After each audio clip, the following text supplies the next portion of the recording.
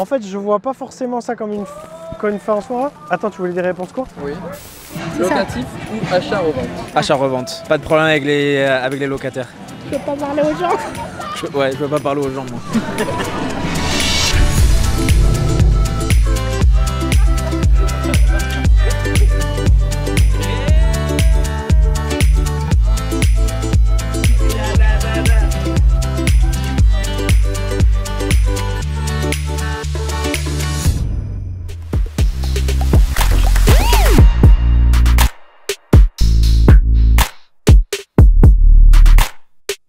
Immeuble, ça rapporte plus.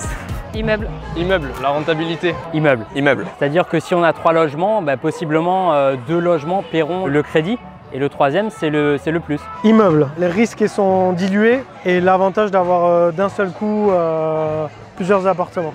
Appartement.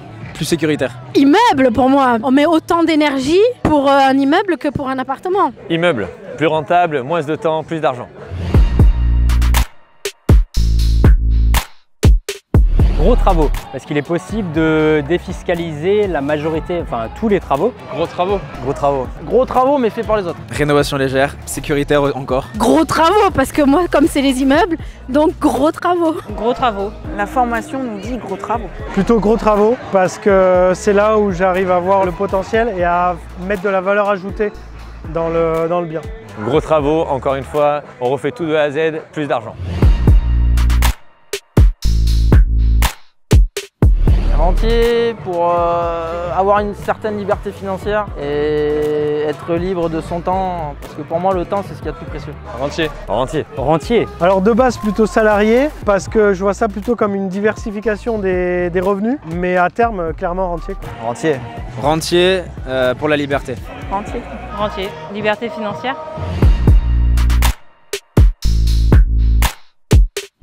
Terrain, on va éviter de faire de la visio. Visite terrain. Terrain parce qu'on met un œil directement sur les choses, on peut toucher, on peut poser des questions. Visite terrain. C'est bien de voir et de toucher le produit. Visite terrain. Toujours au concret, c'est mieux. Visite terrain. Visite terrain. En visio, tu peux louper des choses. À terrain, carrément. Carrément terrain, c'est du concret. Visite terrain. Alors la visite en visio c'est bien, mais c'est en première partie. Après ça permet de voir le flou et possiblement de partir sur une visite terrain sans perdre de temps.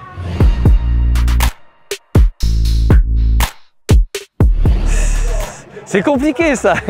Les deux, doucement mais sûrement au départ et après agir vite. Doucement mais sûrement. Doucement mais sûrement, mais tout en se formant. Plutôt doucement mais sûrement.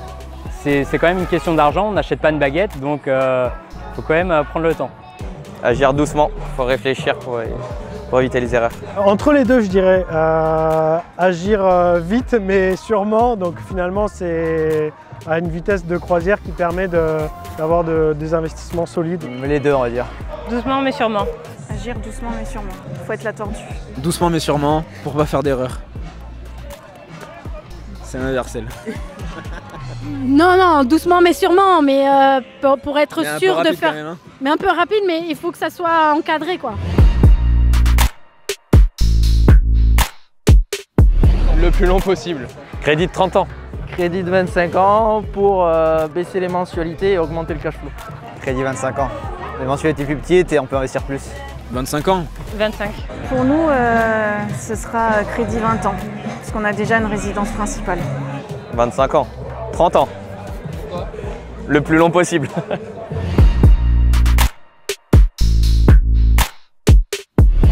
Locatif pour l'instant, mais si des opportunités se présentent, de l'achat-revente. Locatif pour commencer.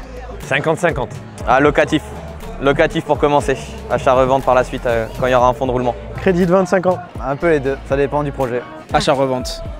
Pas de problème avec les locataires. Locatif. Je connais des gens qui font l'achat-revente, mais locatif, j'aime bien. Enfin, c'est ce qui me parle le plus. Pour l'instant, locatif.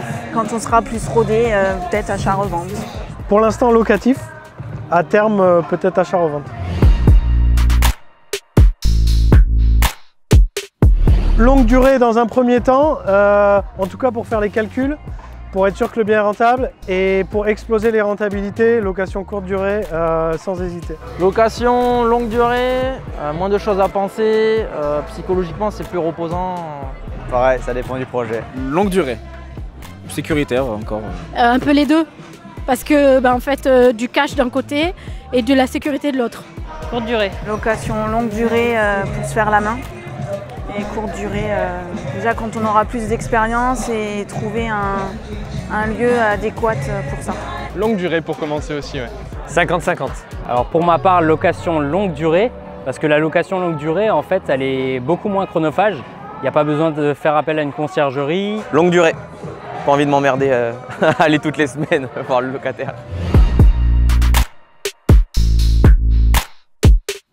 Négocier pour gagner beaucoup. Négocier, toujours négocier, c'est très important. Négocier. Plutôt négocier, parce qu'il faut savoir que le prix réel affiché n'est jamais le prix. Donc toujours essayer. Négocier toujours. Négocier. Il y a toujours possibilité de négocier. Et puis, comme on dit, qui ne tente rien à rien. La négociation, ça peut être faisable. En fait, il faut regarder par rapport à la totalité du projet, si ça rentre dans la rentabilité.